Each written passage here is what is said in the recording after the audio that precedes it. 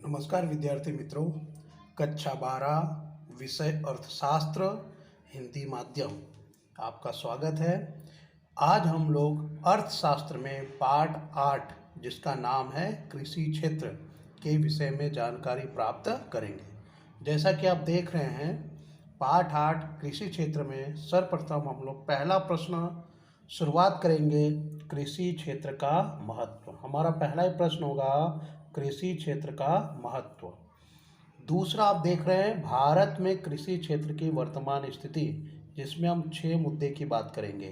राष्ट्र आय में योगदान, रोजगार, यानी वर्तमान समय में कृषि से कितना रोजगार मिलता है, निर्यात में आय, जीवन स्तर, कृषि उत्पादन में वृद्धि, औद्योगिक विकास का आधार।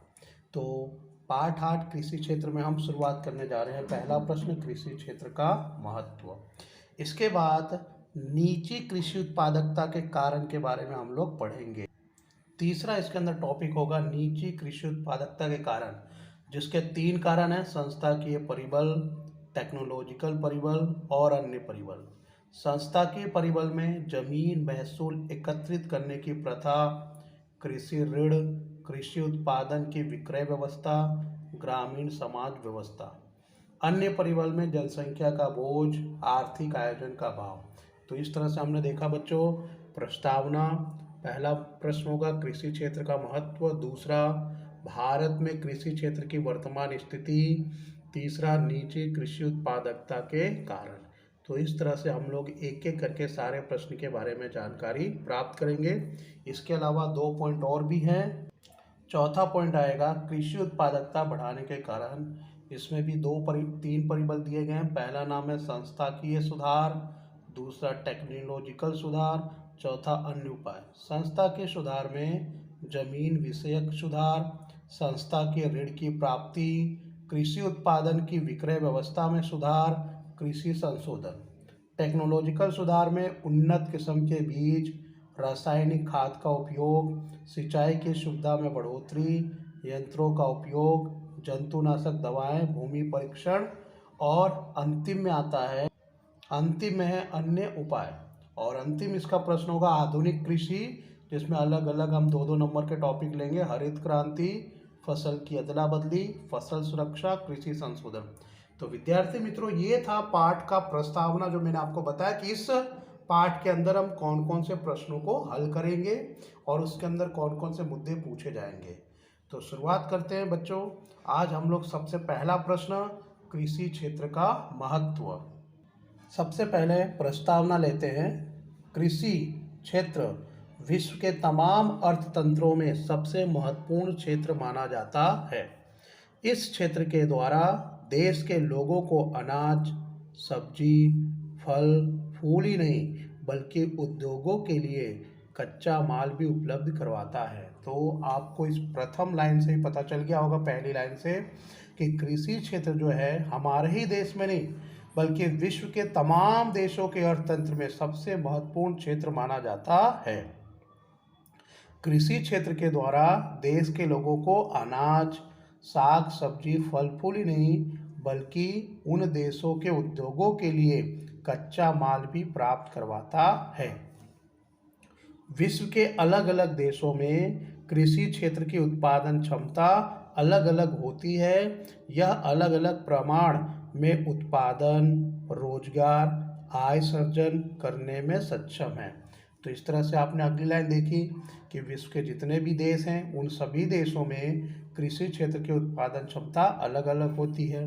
किसी देश में टेक्नोलॉजी का विकास ज़्यादा है, जलवायु अधिक अनुकूल है, तो वहाँ पर उत्पादन की क्षमता अलग होती है। और यह अलग अलग प्रमाण और क्षमता होने के कारण उनका असर कहाँ दिखाई देता है? उत्पादन में, रोजगार में, आय सर्जन करने की क्षमता में या क्षमता में सक्षम है कितना हुआ दिखाई देता है। तो विद्यार्थी मित्रों, ये आपका प्रस्तावना हुआ। अब हम लोग शुरुआत करते हैं कृषि क्षेत्र का महत्व। कृषि क्षेत्र का महत्व। भारत में कृषि क्षेत्र प्राचीन समय से अत्यंत महत्वपूर्ण रहा है। भारत कृषि उत्पादन, रोजगार और निर्यात के क्षेत्र पर आधार रखता है। अर्थात भारत देश में कृषि क्षेत्र का जो महत्व है प्राचीन काल से चला आ रहा है। उत्पादन, रोजगार और निर्यात आय के क्षेत्र पर आधार रखता, मतलब ये सारी चीजें किस पर टिकी है? कृषि पर टिकी है। इसीलिए भारत को कृषि प्रधान देश के रूप में जाना जाता है। भारत में कृषि क्षेत्र देश के लिए जीवन डोर के समान है, इसलिए इसे करोड़रज्जु मतलब रीढ़ की हड्डी के समान महत्व दिया गया है। तो इस बात से आपको पता चल गया होगा कि भारत देश में कृषि क्षेत्र कितना महत्वपूर्ण स्थान रखता है। इसे जीवन की डोर के समान कहा जाता है, रीढ़ की हड्डी के समान इसको महत्व दिया गया है। अर्थात भारतीय अर्थतंत्र के विविध क्षेत्र कृषि क्षेत्र पर आधारित हैं, जिसका मुख्य कारण यह है कि किसी कारणवश भारत में कृषि क्षेत्र उत्पादन के क्षेत्र में अगर निसफल जाए तो अनाज, सब्जी, फल फूल ही नहीं बल्कि उद्योगों में कच्चे माल के रूप में उपयोगी नगद फसल भी निसफल जाएंगे।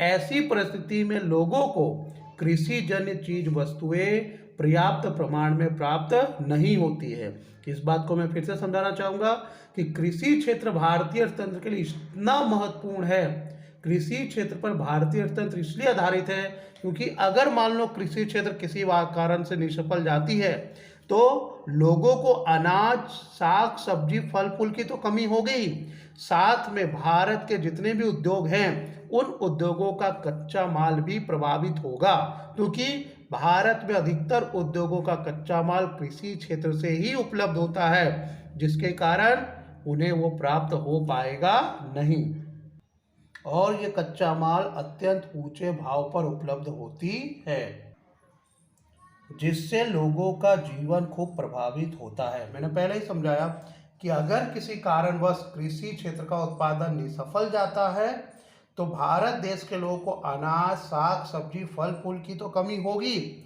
साथ में यहाँ के उद्योगों के कच्चा माल पर भी प्रभाव देखने को मिलेगा।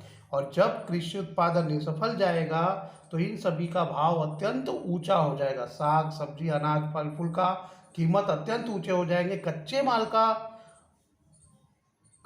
का कीमत अत्यंत ऊंचा हो जाएगा, जिससे लोगों का जीवन खूब प्रभावित होता है। देश की कुल जनसंख्या का बहुत बड़ा हिस्सा 2001 की जनगणना के अनुसार 68.8% लोग ग्रामीण विस्तारों में निवास करते हैं। इस पर से हम ये कह सकते हैं कि कृषि उत्पादन निसफल जाए तो देश की कुल जनसंख्या का बहुत बड़ा हिस्सा इससे प्रभावित होगा और यदि देश की कुल जनसंख्या के विशाल जन समुदाय की आय पर विपरीत असर हो तो वे जिस औद्योगिक चीज वस्तु का उपभोग करते हैं अर्थात उपयोग करते हो तो उन्हें उन औद्योगिक वस्तुओं की मांग घटानी पड़ती है।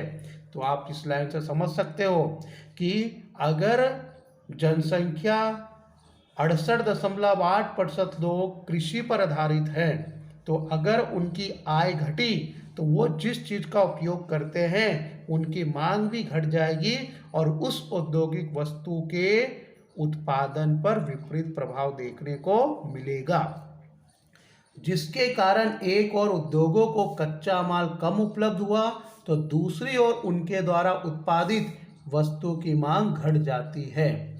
अगर हम संक्षिप्त में कहें तो ये कह सकते हैं कि कृषि क्षेत्र की निसफलता औद्योगिक क्षेत्र की निसफलता के लिए जिम्मेदार है, ऐसा हम कह सकते हैं। अर्थात जिस वस्तु का उपयोग करते वो उपयोग घट जाएगा और जिस वस्तु के लिए कृषि से कच्चा माल मिलता है वो कच्चा माल घट जाएगा।